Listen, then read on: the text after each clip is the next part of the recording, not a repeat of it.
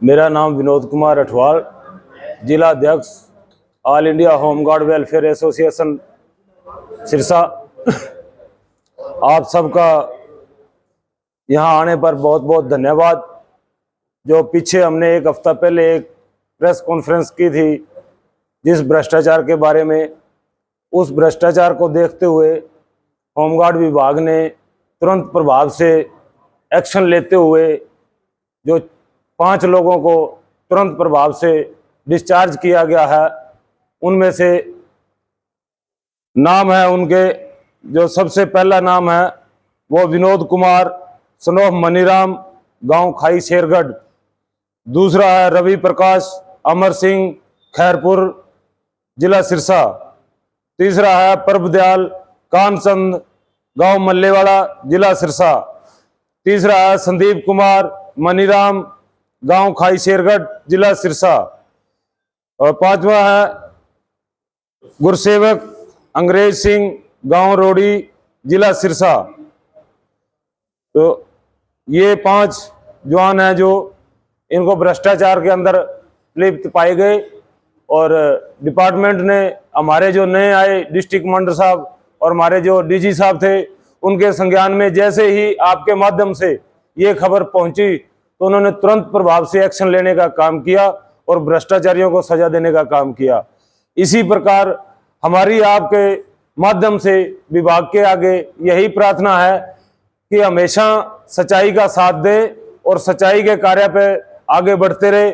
और जहां तक बात हमारी है, हम भी हमेशा सच्चाई का साथ देंगे, गलत को हमेशा गलत कहेंगे और सही का साथ देंगे। और अब हमारी प्रशासन से यही मांग करते हैं कि जो हमारे वॉलंटियर साथी हटाए गए हैं बिना कारण के, जिनको गलत प्रभाव से हटाया गया, उनको जल्द से जल्द विभाग में वापस लेने का काम करें।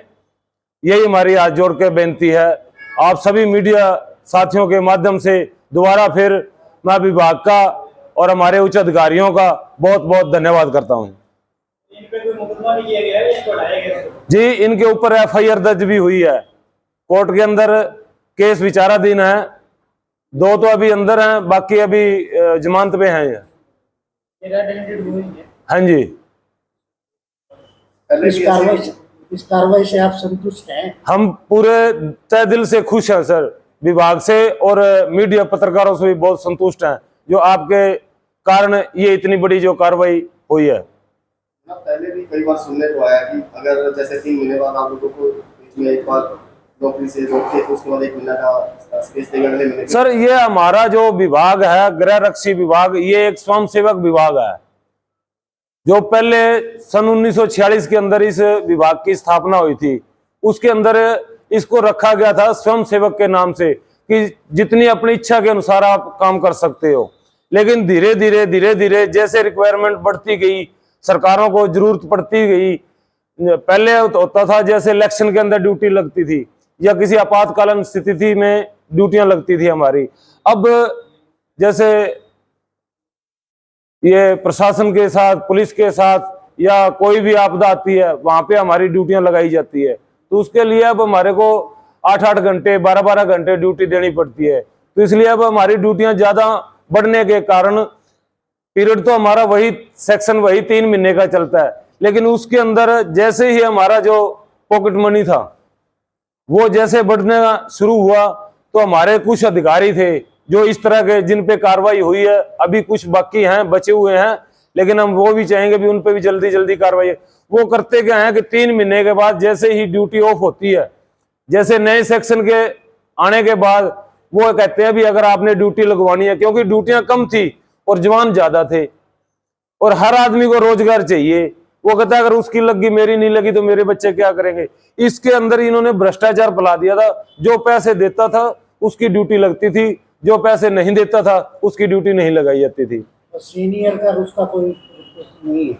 नहीं सर, सीनियर को लगाया जाएगा? नहीं, ऐसा कोई प्रोसेस? ऐसा कोई, ऐसा ही सब पैसा ही था इनके लिए। कह रहे हैं कि जो पैसा देता है वो नौकरी पे मिल जाता है जी। इसकी शिकायत कभी आप लोगों ने नहीं की आगे सीनियर अधिकारी या जैसे आप डीजीपी आप चंडीगढ़ पंचकुला आप लोगों के बैठते हैं होमगार्ड के सीनियर? सर, हमारे डीजी साहब एक बहुत ही सुलझे हुए इंसान है और हमने बहुत बार वहां शिकायत पहुंचाई, लेकिन वो शिकायतें हमारी डीजी साहब तक पहुंची नहीं आज तक, क्योंकि बीच में कुछ ऐसे अधिकारी बैठे थे जो वो फाइल को दबा देते थे। कई लगभग मैं जहाँ तक मैं नोट करता हूँ 30 से 40 साल पुराने होमगार्ड में काम करते आ रहे हैं, वो रिटायर भी हो गए हैं।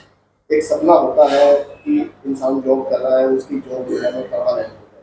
तो आप लोगों ने कोई कोशिश नहीं की कि आप लोगों की नौकरी सरकारी है? हमने बहुत बार ज्ञापन भी दिए, मुख्यमंत्री साहब से भी मिले हैं, पहले हुड्डा साहब के टाइम में भी हुड्डा साहब से मिले थे, अब माननीय मनोहर लाल जी थे, उनसे भी कई बार मुलाकात हुई है।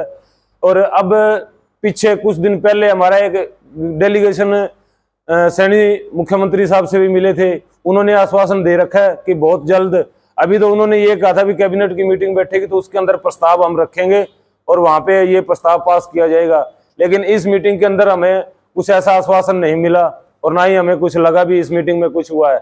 लेकिन भविष्य में उन्होंने हमें आश्वासन दिया है, अभी आगे 10 दिनों के अंदर उन्होंने टाइम दिया हमारे डेलीगेशन को भी दोबारा एक बार मिलकर मीटिंग करेंगे। उसके अंदर हो सकता है वो कह रहे थे भी हमारे डीजी साहब को भी बुलाएंगे, वहां उनके साथ बैठ के कुछ इसी मसले पे बातचीत करेंगे। आपकी सर यूनियन बनी हुई है और आपकी जो कर्मचारी वर्ग है, आपकी पूरे प्रदेश स्तर में यूनियन बनी हुई है? हमारी ऑल इंडिया लेवल पे यूनियन है सर। उस यूनियन के थ्रू आपने मांग रखी? हाँ जी, हमने माननीय प्रधानमंत्री मोदी तक भी ये बात पहुंचा रखी है जी, और माननीय गृह मंत्री अमित शाह तक भी ये लेटर पहुंचा रखे हैं। क्या खाता रहेगा आपका विधानसभा चुनाव को देखते हुए समस्त कर्मचारियों का? विधानसभा चुनाव को देखते हुए हमारी बातचीत चल रही है सीएम साहब से, अगर वो कुछ ठोस कदम उठाते हैं तो हम तो हमेशा सरकार के साथ थे और आगे भी सरकार के साथ बने रहेंगे। बस।